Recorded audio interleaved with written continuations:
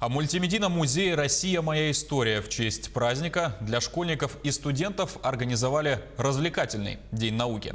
Сначала взрослые и дети участвовали в разнообразных викторинах и квестах по залам исторического парка, играли в настольные игры и примеряли на себя роль ученого в специально подготовленной для этого фотозоне.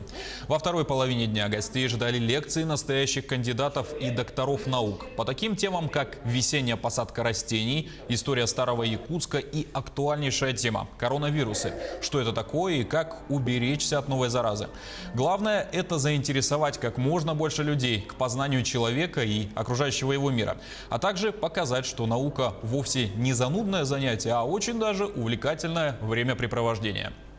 Если вы подниметесь на второй этаж, то вы увидите оптические иллюзии. Мы организовали игру «Ледниковый период» по поиску артефактов на снежном поле. Организовали зону настольных игр, про которые многие не знают. Это Боусак, Манчкин, Имаджинариум. Сделали головоломки со спичками, да, то, что мы играли еще в детстве. И сейчас у нас там проходят лекции, а после них сразу начнется показ фильмов Русского географического общества, которые тоже просто так как бы в широком прокате не посмотрят.